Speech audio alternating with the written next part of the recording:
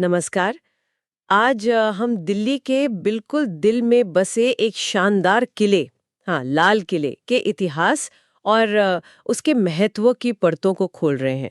तो चलिए इस इमारत की कहानी को जरा समझते हैं कि ये कैसे बनी, इसकी बनावट में क्या खास है और आज आज इसका क्या मतलब है।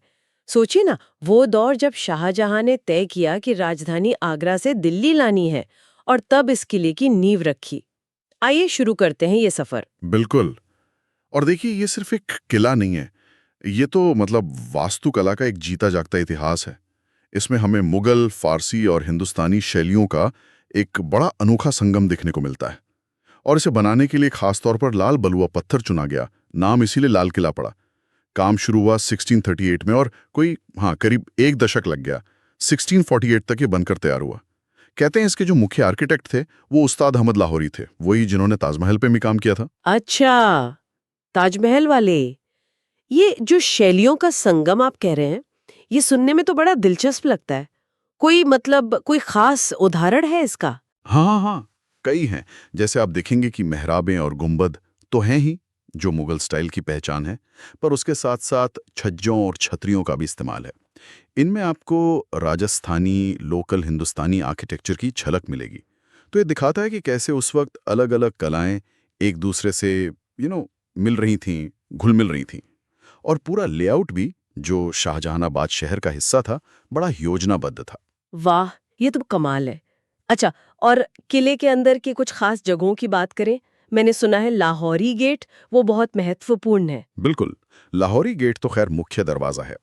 और हाँ, यही वो जगह है जहां हर साल स्वतंत्रता दिवस पर प्रधानमंत्री तिरंगा फहराते हैं। तो इसका एक राष्ट्रीय महत्व भी जुड़ गया है अब। सही। अंबर चलें तो दीवाने आम है, जहां बादशाह आम लोगों से मिलते थे। और फिर आता है दीवाने खास। दीवाने खास मतलब वो जगह थी जहां बादशाह अपने खास मंत्री, सलाहकार, खास मेहमान उनसे मिलते थे। और कहते हैं कि यहीं पर वो मशहूर शेर लिखा था फारसी में, गर फिरदौस बरुए ज़मी अस्त, हमी अस्तो हमी अस्तो हमी अस्तो। अरे वाह! अगर धरती पर कहीं स्वर्ग है, तो यही है, यही है, यही है।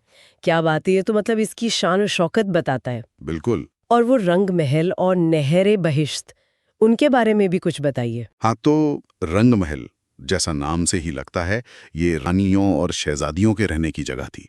बहुत खूबसूरत नक्काशी थी वहाँ। और नहरे बहिश्त, उसे स्वर्ग की नहर कहते थे। वो असल में इंजीनियरिंग का एक कमाल का नमूना थी। सोचिए, एक पानी की नहर जो किले के कई हिस्सों से होकर गुजरती थी।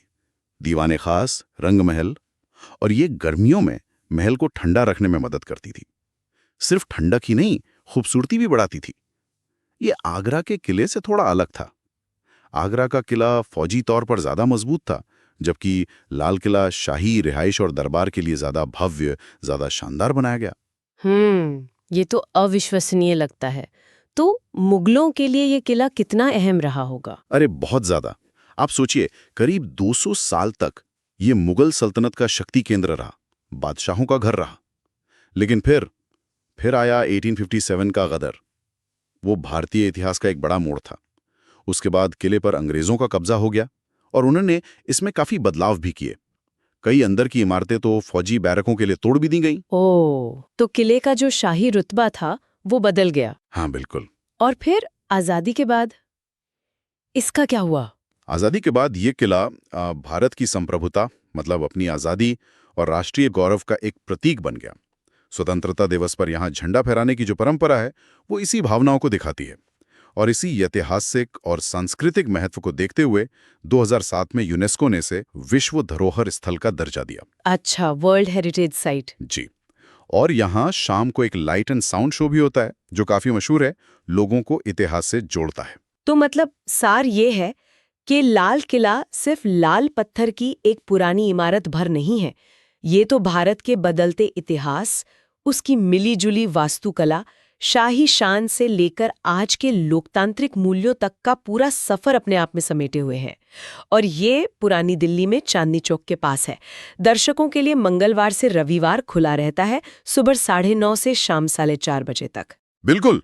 और यहाँ एक एक सोचने वाली बात छोड़ जाते हैं हम कि कैसे वक्त के साथ एक ही इमारत के मायने इतने बदल सकते हैं।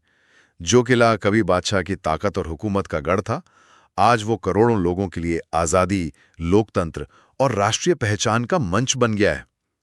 ये सिर्फ इमारतों की कहानी नहीं है, ये उनके साथ जुड़े इंसानी जज्बातों की, इतिहास के बदलते पन्नों की कहानी है।